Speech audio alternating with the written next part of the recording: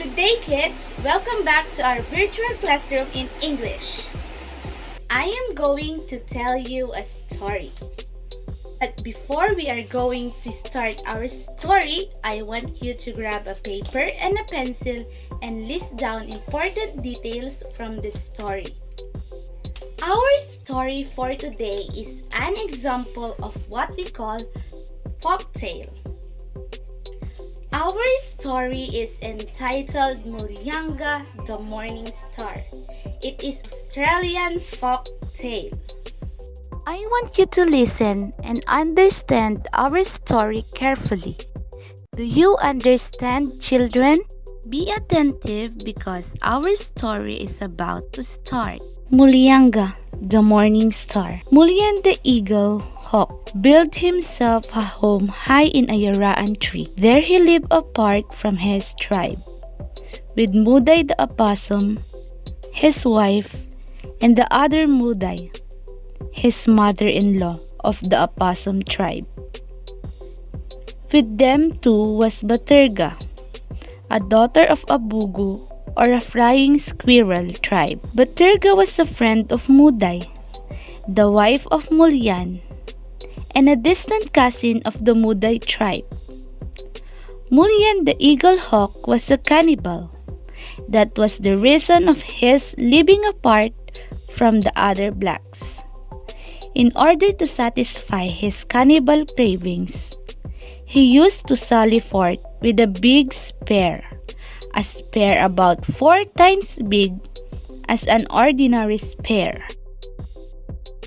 If he found a black fellow hunting alone, he would kill him and take his body up to the house in the tree. There, Muday and Baterga would cook it, and all of them would eat the flesh. For the woman as well as Mulyan were cannibals. This went on for some time, until the last so many black fellows were slain, that their friends became determined to find out what became of them, and they tracked the last one they missed. They tracked him to where he had evidently been slain. They took up the tracks of his slayer and followed them right to the foot of the yaraan tree, from where was built the home of Mulyan. They tried to climb the tree, but it was too high and straight, and they gave up the attempt after so many efforts. In their despair and their failure, they thought of the Bibis, a tribe noted for his climbing prowess. They summoned 2 young Bibis to their aid. One came, bringing with him his friend Murawunda of the climbing rat tribe. But in spite of their efforts, the fire only blazed and brightened. Mulyan's arm was burned off.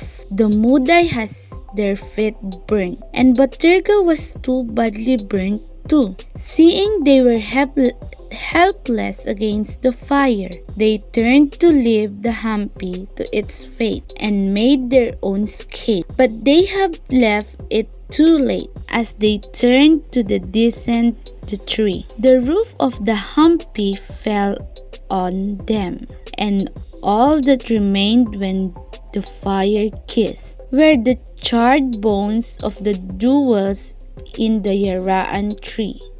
That was all the blacks found of their enemies. But their legend says that Mulyan, the Eagle Hawk, lives in the sky as Mullyangah, the Morning Star, on one side of which is a little star, which is one arm, on the other a larger star, which is Muday the opossum, his wife. Did you understand the story, kids? If you really understand the story, here are some questions to be answered. Where did the story happen?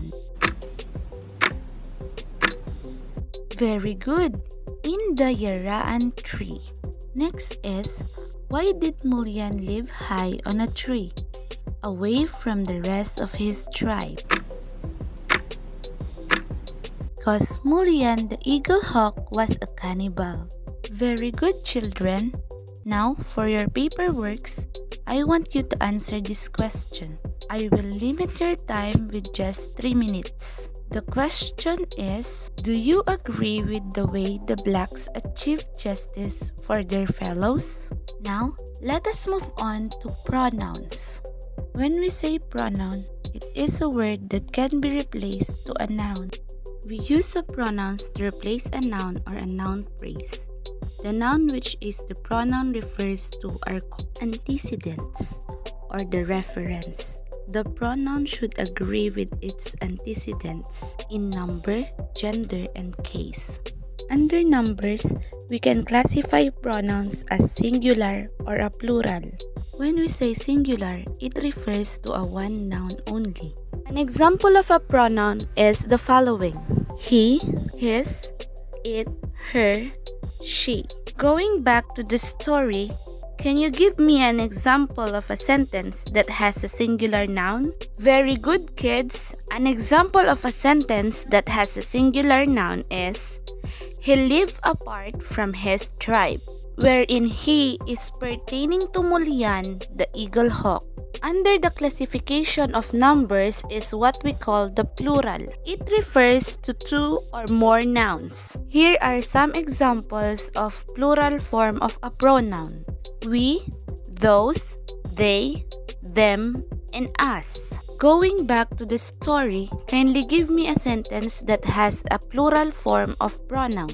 Very good, children. One example of a sentence that has a plural form of pronoun is, they tracked him to where he had evidently been slain, wherein they pertains to those who are investigating him.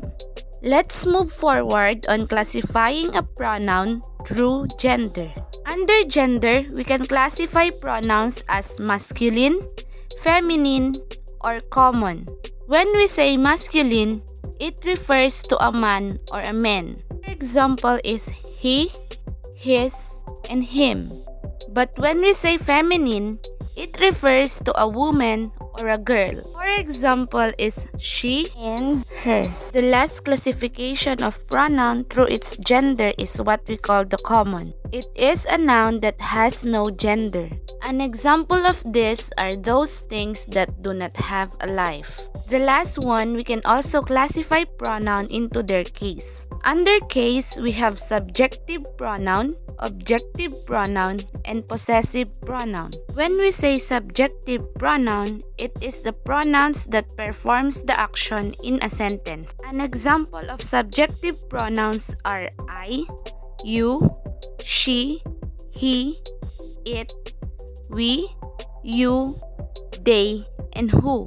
But when we say objective, these are the pronouns that receives the action of the verb. For example is her, him, it, me, them, us, and you.